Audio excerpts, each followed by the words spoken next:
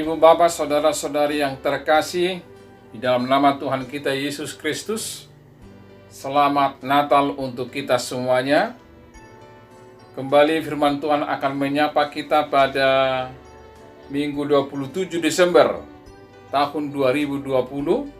Sebelum kita menerima renungan sabda kebenaran firman Tuhan, terlebih dahulu kita bersatu di dalam doa.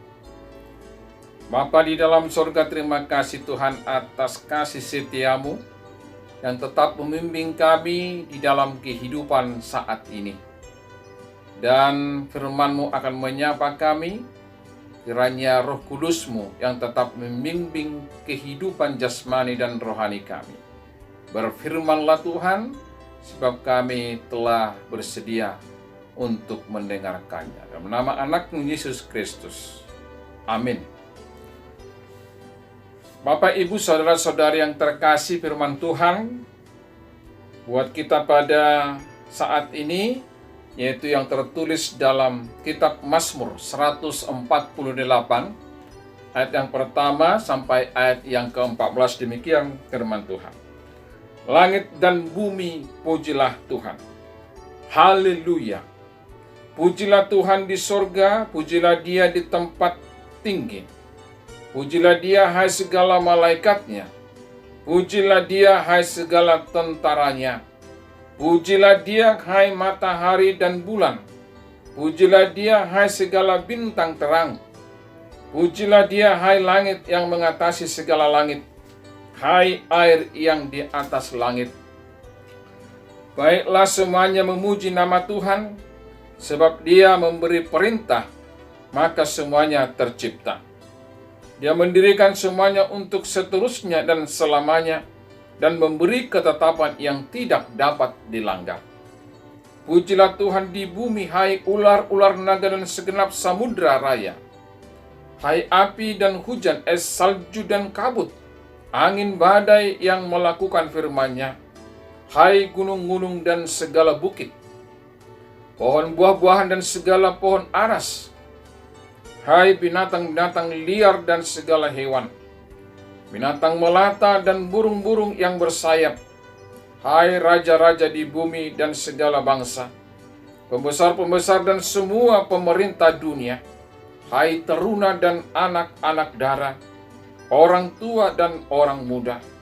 Biarlah semuanya memuji-muji Tuhan, sebab hanya namanya saja yang tinggi luhur.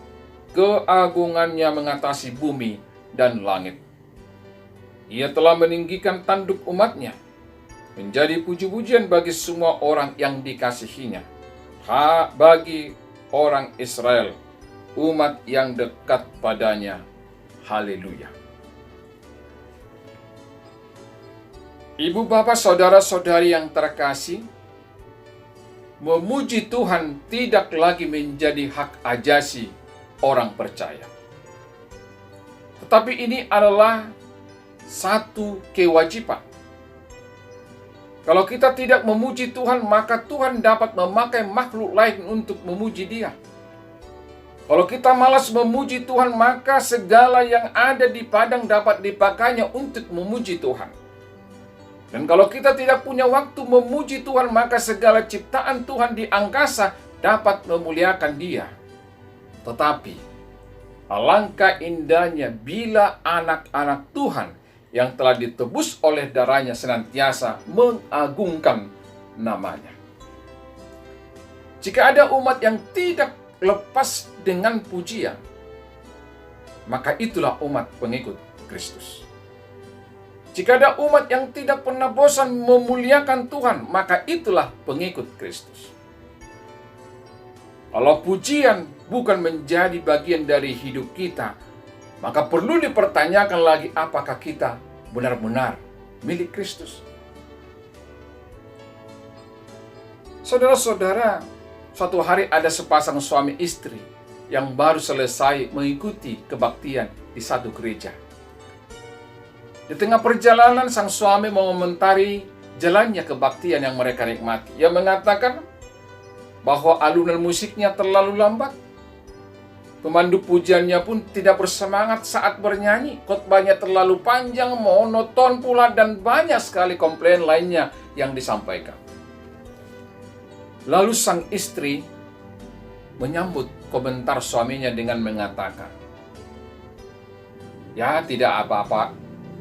Tidak apa-apa, Pak," katanya. "Yang penting kita telah memberikan persembahan dan dapat berjumpa dengan orang lain sehingga mereka tahu kalau kita ada pergi kebaktian." Ibu, bapak, saudara-saudara, apa jawaban saudara ketika ada seseorang bertanya kepada saudara, "Untuk apa saudara berkebaktian di gereja?" Apakah pengalaman suami dan istri yang saya sebutkan tadi menjadi pengalaman saudara juga?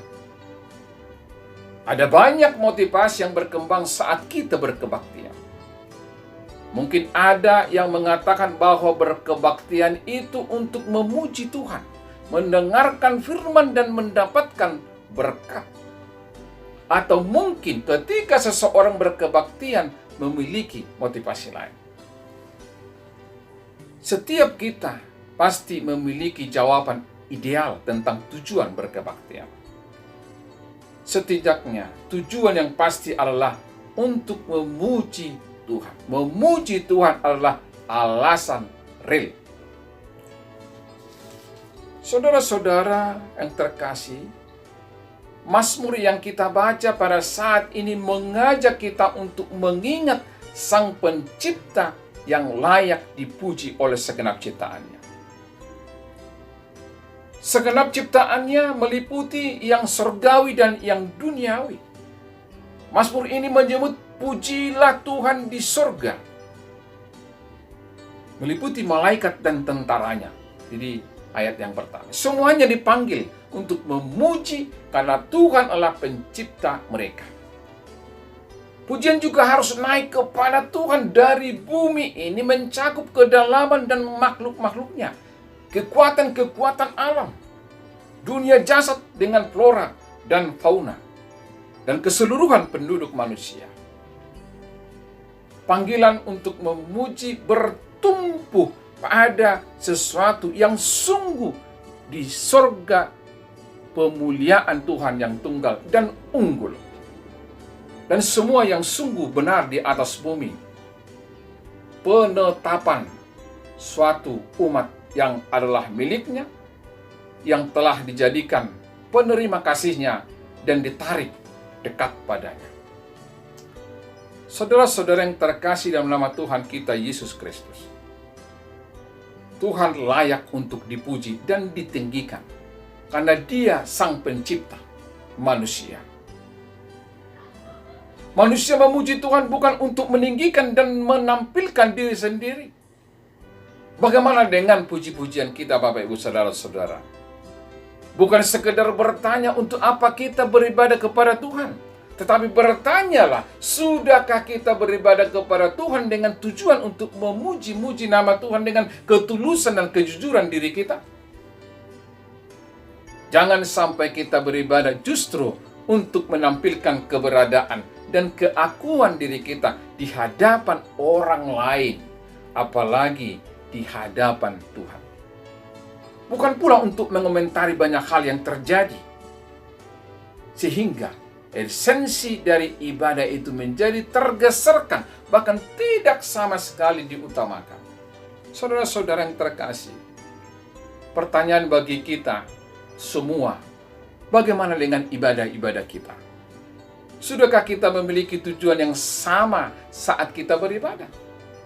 Menurut saudara, apa yang harus kita lakukan supaya ibadah dan puji-pujian kita berkenan di hadapannya? Menjadi renungan yang amat dalam bagi kita. Apakah saudara suka memuji Tuhan? Apakah saudara senang memuliakan Tuhan? Teruskan. Kalau belum, mulai sekarang, biasakanlah mulut kita mengeluarkan kata-kata pengagungan bagi Allah kita. Pujian kepada Tuhan akan mengubah kita.